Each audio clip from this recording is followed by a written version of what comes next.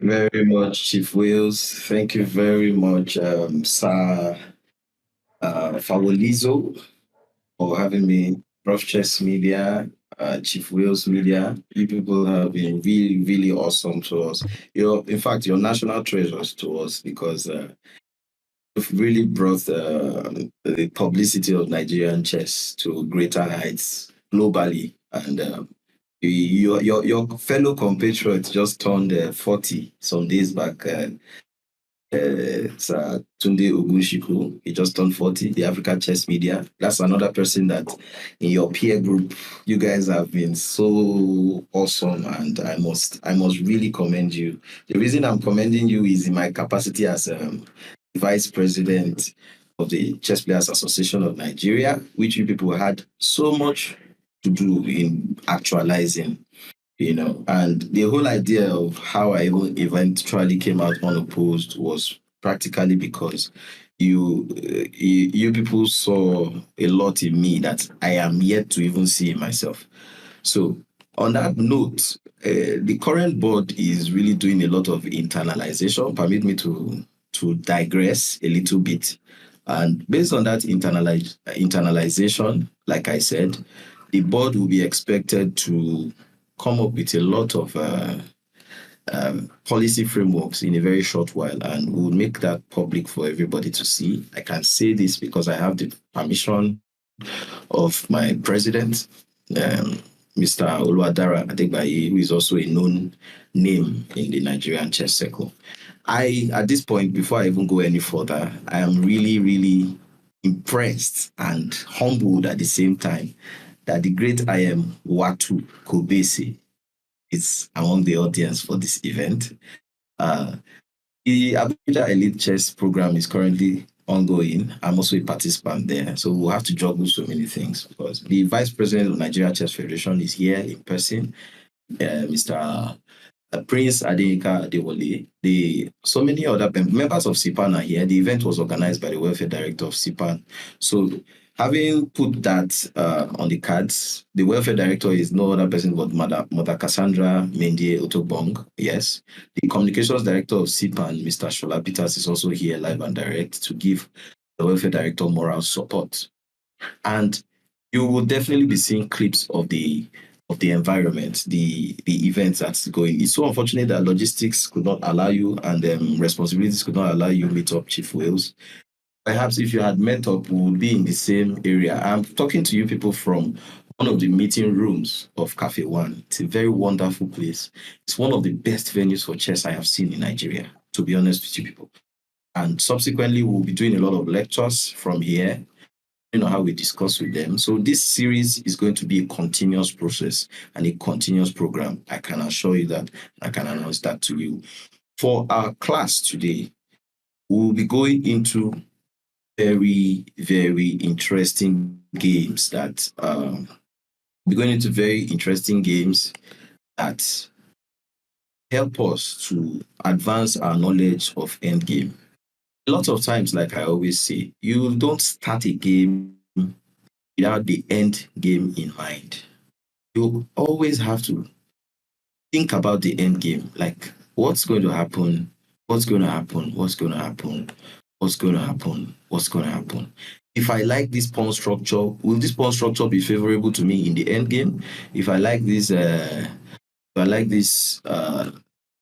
bishop against the knight, will it be better for me to have a bishop? Will it be better for me to have the bishop pair? Will it be better for me to have the knight?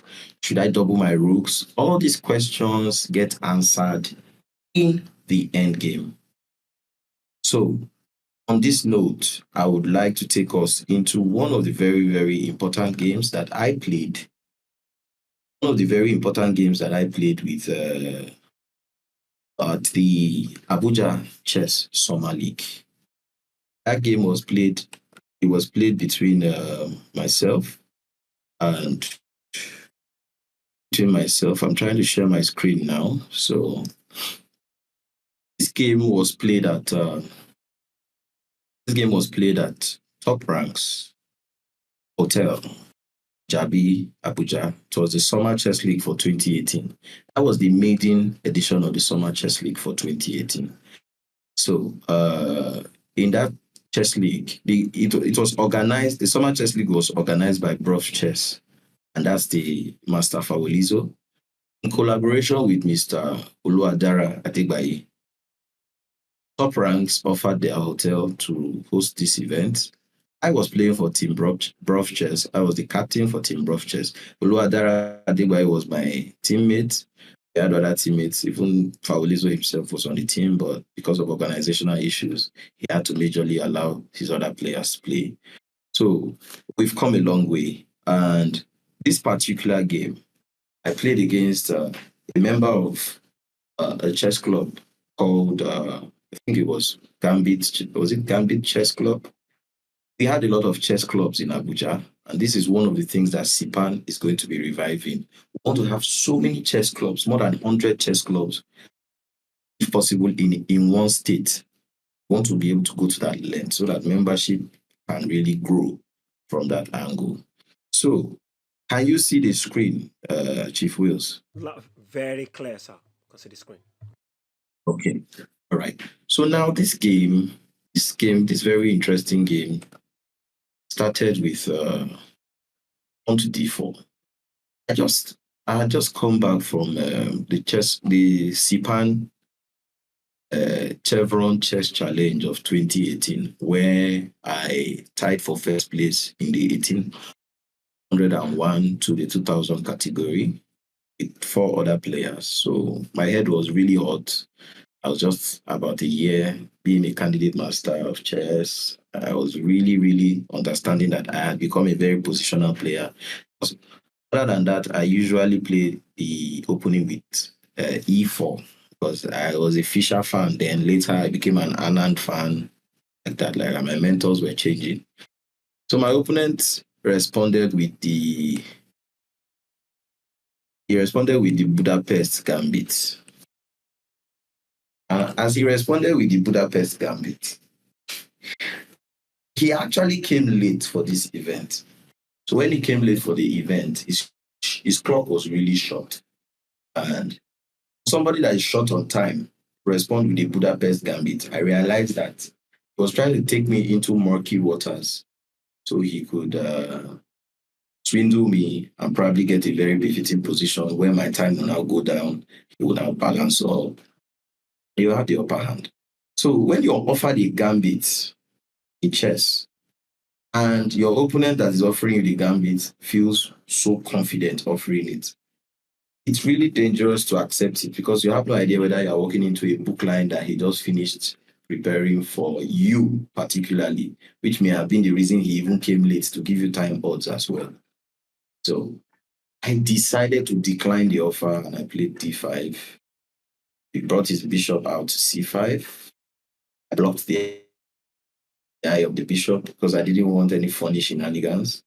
So this is the opening. We rushed the opening. He was blitzing out. He was blitzing out his moves. And I knew this guy was really, really fully prepared, right? I just played quietly at this point, and we got to a position where I tried to force things. In my mind, I was of the opinion that this player is really prepared for assault. He's really prepared for assault. He's really prepared to take me out, and I don't need to give him that opportunity. So rather, I would take him into unconventional warfare, where I am restricting his pieces and I'm giving myself more space. As you can see, my bishop is threatening to come here. His bishop has been ridiculed in the edge of the board where it has no really direct impact on my king side because it is biting on granite. This e3 pawn is granite, you know. So why I am taking you through the opening is because I want you to embody how we arrived at the end game that we arrived at. Yes, and mastering your end game is something that requires you to always have the end game in mind from the very first move you play on the board. As long as you have the end game in mind from the very first move you play on the board, you can't get surprised by your opponent. You can't get surprised by your opponent, and that's the whole idea behind what I'm saying right now. So you can see the advantage for black, the advantage for white is already brewing up. I took. Now you can see that I have exposed another pressure on the A8 rook. The A8 rook is under some pressure here. This bishop it doesn't have any square to go. The knight will have to move out before the bishop can move. And all that. The advantages all over the board for white are just numerous. And with a lot of decision, white should be able to easily get a more advantageous endgame. And it is that more advantageous endgame that I want us to look into. He played knight b to d7. He wants to play knight to b6 or bishop to b6, something like that. I had finished achieving what I wanted to achieve with my knight on a5. Remember that the knight on a rim is dim, according to the chess praxis, chess principles. So now, I brought my knight to c3, brought his bishop to b6, I brought my bishop to b2. Now, another principle of positional chess, which leads up into the end game. You don't go for exchanges. And I will tell you where I really learned that practically. When International Master Femi Balogun was paired up against the world number 1 rated player in all the formats, Magnus Carlsen, at the FIDE Chess World Cup in Tbilisi, Georgia, that was 2017. Both games, the world champion then was not finding it easy. International Master Femi Balogun was the lowest rated player in that event, and it was expected that the world champion would just chew him up and chew him like toffee sweet and just swallow him up, But in all the maneuverings, they played the perk in the opening, the game one. International Master Femi Balogun was white. Yeah, I think he tried to play the KI, played perk and all that. They entered interesting positions. International Master Femi Balogun was black, and they played the perk in the game one. In game two, it played a similar setup like the perk, which was International Master was trying to go for his usual King's Indian attack at the time. But he got a favorable position in both games, but he could not hold. And why could he not hold? That's the moral of what I'm talking about. My last move, bishop to b2. In both games that the IM played against the world champion, the then world champion, when the then world champion found out that he was not making any progress in maneuverings, he called for exchange of queens. You can look up both games. I had not looked them up here before this. Otherwise, I would have shared the screen and showed them. But on your own research, you can go and look up both games.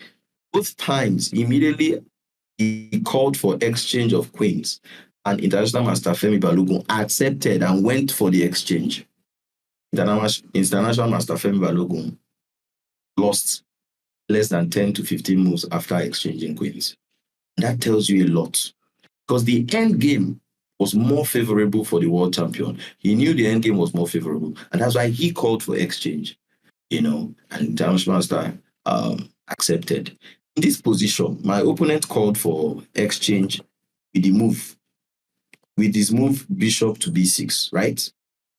I refused to go for exchange, and I asked him, I put the question back to him, will you like to go for the exchange?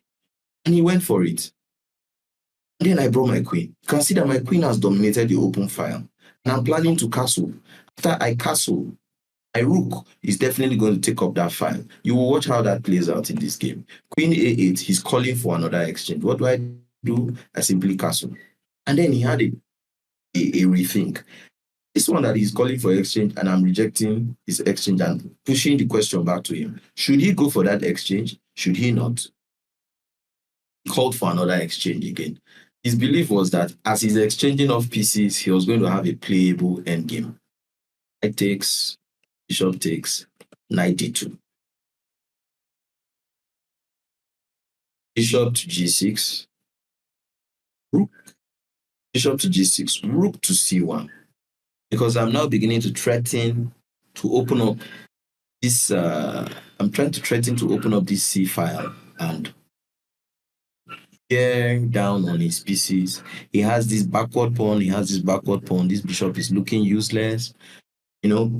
Practically push him off the board. Have this E4 threat coming up and stop it. So many things happening in this position. He played this, and I want to push C4. If you push my agenda, help me destroy this queen side. And after destroying this queen side, I will be able to have a winnable game. This bishop is bearing pressure on my E3 pawn, my F2. Then you can see that there's a lot more going on here. I'm not really caring about the queen. He can choose to take the queen anytime he likes. I have more than multiple ways of recapturing the queen that he captures. And my next move does both things. Helps me to re-emphasize the question to him. Would you rather capture my queen? I can capture with the knight. I can capture with the bishop.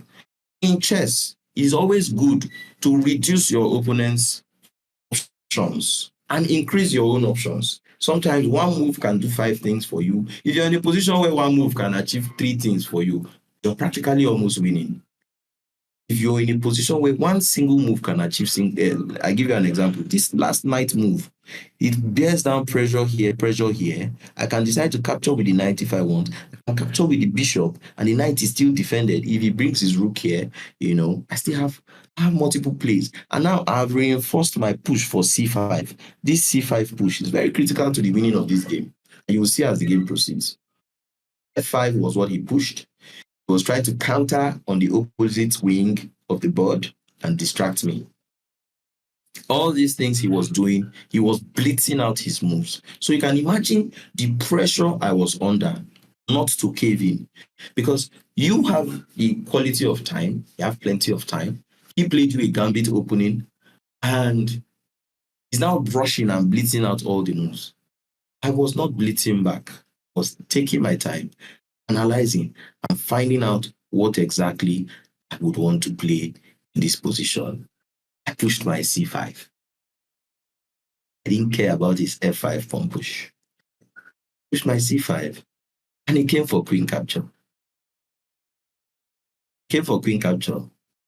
Guess what?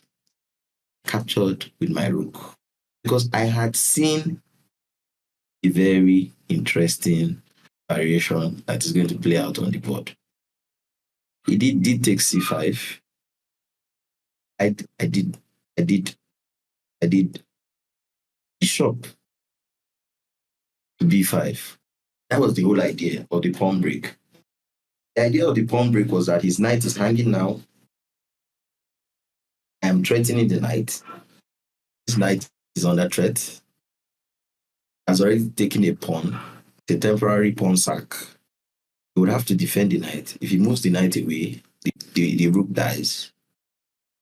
Gets captured, If he decides to model things up by pushing a pawn, he's just pushing himself to his early grave. So in this position, was frustrated. He couldn't find a better defense. And the whole idea was I was still planning on capturing back this c5 pawn. But then I was trying to remove a defender first. So on capturing the c5 pawn and removing the defender, this pawn is already weak. It's already hanging. It's looking loose. I could come back and defend this. I was trying to model up the waters, and I succeeded. He played c6. When he played c6, I captured the pawn with my pawn. He captured with b6. I captured, and I've liquidated. I'm still threatening the knight. I'm still threatening this knight. I'm still threatening. Okay, that's a move that is being suggested. Sorry. That's a move that's been suggested. In this position, the computer believes he could easily do rook e7, knight here, to defend against this attack. But then that's the whole idea of the whole position anyways. So I was able to do Bishop takes d7 after he did rook to e7. In this position, he played rook to e7. Right? He played rook to e7 and I played bishop takes. Only the computer was saying I should have considered rook here, knight takes, or that. But I was not caught up for all those variations. I just wanted to simplify into position I understood better. So bishop takes d7. He played c4, not c4. Modeling up the position, modeling up the position. And there were so many variations I could play. His bishop takes this pawn first, and then we have to take bishop takes. I'm still under attack here. But then this pawn would have crossed, and the pawn could become a menace for me in the future. I have to be wary of this pawn. There is the maxim that says a passed pawn is a criminal that should be kept under lock and key. So what did I do in this position? With the pawn move, very brilliant move, c4, to try and counter. Simply just played knight to d2 because I already captured a piece. I've already captured a piece. And that piece I have captured, he has to recapture it. Otherwise, he will lose the chance to recapture it and he will just be a piece down. So, and this knight to d2 is a multi-purpose move because I'm threatening to capture here, then attack here and here at the same time. And he can't defend both. So that's exactly what played out. He played I played knight d2. He played rook takes d7. Played knight takes c4. He played bishop to c7. Now, in this position, I thought for a long time, how do I continue? He has the bishop pair. He has the bishop pair. So I need to make a move that will enable me to be able to cancel that bishop pair. And what was that move? I needed to force his hand such that he must give me back one of his bishops and not have the bishop pair anymore. Some people may be tempted to play bishop takes pawn in this position. I already have a passed pawn. I already have a pawn majority because he has 3 pawns. After I capture this pawn, that is dead, and I will have 5 pawns. So I didn't care about what will happen if I do knight takes, and that's exactly what I did. Knight takes e5. Now, knight takes e5 is threatening this rook and this bishop. And there's only one way, forcing way for that matter, for him to survive. And that is bishop takes, because he cannot move any one of them. If he moves this, I'll take the knight. Even though he has the bishop pair, I can easily just check him. He's king. If he has the bishop pair, I can check him. Let's just say we do this. Let's just say he does this. I do knight takes here. He does this. I'll simply just check. After checking, he does this. One of them is dead. So that shows you that it doesn't work. So knight takes was a very forcing way of simplifying further because we are already in the end game.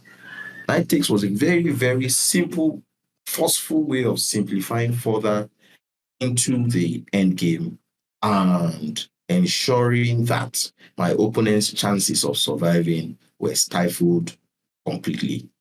So what happened? I had to play bishop takes. I played bishop takes. I captured. Now I have a pass pawn. I have a pass pawn. I need to simplify this game quickly so that he doesn't start having chances all over the board. Played rook to b7, attacking the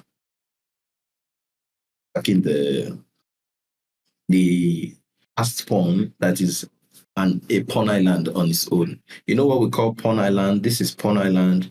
This is a pawn chain. It's a pawn chain, because the chain can even extend to be like this and this all the way. So this is a pawn island because the pawn is alone, just like the island is always standing alone in the middle of waters and what have you. So he attacked my pawn on b4, and after attacking my pawn on b4, I was able to simply just defend it. I was able to simply just defend the pawn with next move. Bishop to d6. Very simple defending move. Brought his king out. Start bringing his king out. Brought my rook here for a very important, interesting reason. Brought his king here. I wanted to forcefully force things on my rook here. That's the idea. The idea is he takes my bishop, I take his rook. Can't move anywhere else. My rook has invaded the position. I'm practically locking him up in this position. I'm attacking this G7 pawn, attacking his rook at the same time. So moving his rook away would be like conceding defeat because I simply just bring my bishop back, defending his pawn, and then this one dies for free. It dies for free because if the king comes here, I can always check, capture, threatening the bishop as well. The threats are just so many on the board. So this was a move. I practically forced his hand. I captured. Brought his bishop back. Simply started building my pawn chain.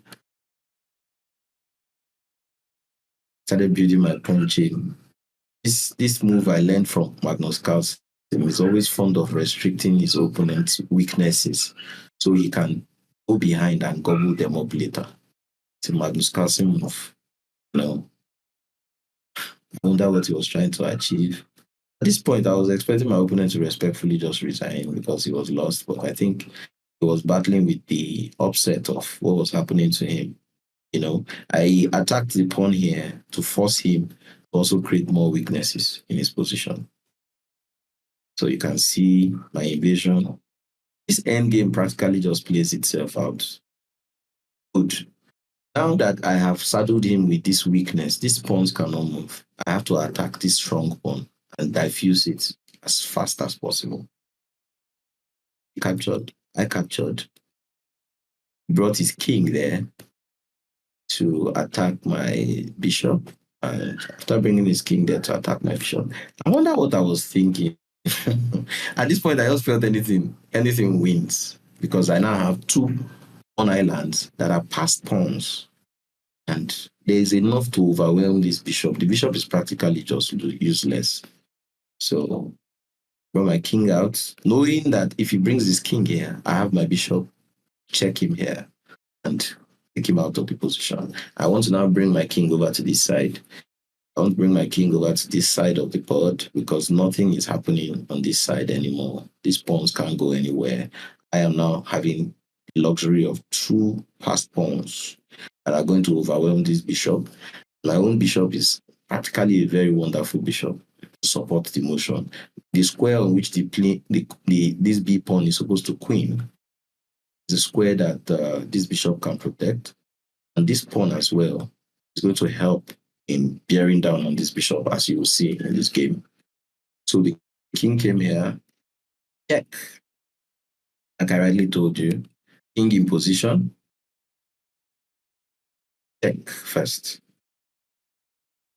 Now attack the bishop. It's time to bear down. The winner of this game is the B pawn. This B pawn is the winner of this game. However, sometimes for you to be able to win, you may have to eventually be sacrificed. That's the situation. Less is more sometimes. So the bishop came there, pushed my pawn, attacked him, came into position, and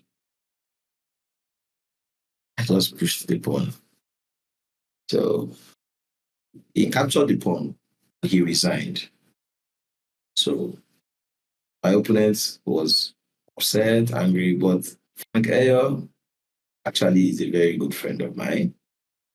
He is an elder brother to my schoolmates back in the university.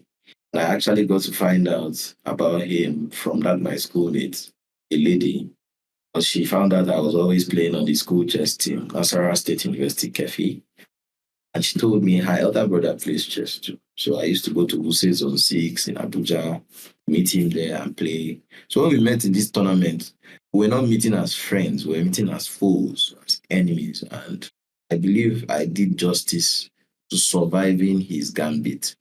And I believe there are a lot of instructive techniques that you must have learned from this game. Like I said, you don't just walk into a chess end game. You have to build up your attack. You have to build up your game and find out strongly that this end game I am going into, is it more favorable for me, or is it more favorable for my opponent? The moment you're able to answer that question, you now know how best to go into the end game. Sometimes you may be less on material, and exchanging will help your opponent better than it will help you. Other times, you may be less on material, and exchanging will help you to exchange into a drawn end game. Because once you are less on material, the survival mode you are into, you need to find a way to survive. And if exchanging will help you to give your opponent a very useless pawn that cannot queen because you have the king opposition, you go into it. Today being the chess day, I know we are saddled with so many more responsibilities all over the place, and everybody has a lot of other activities they would want to engage in.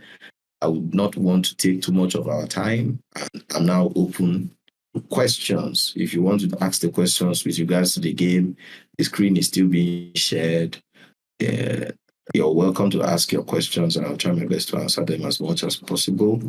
Other than that, any other question you have to ask, if about chess in Nigeria, if it's about the plans we have, feel free to ask. I believe I have the permission of my president to answer carefully.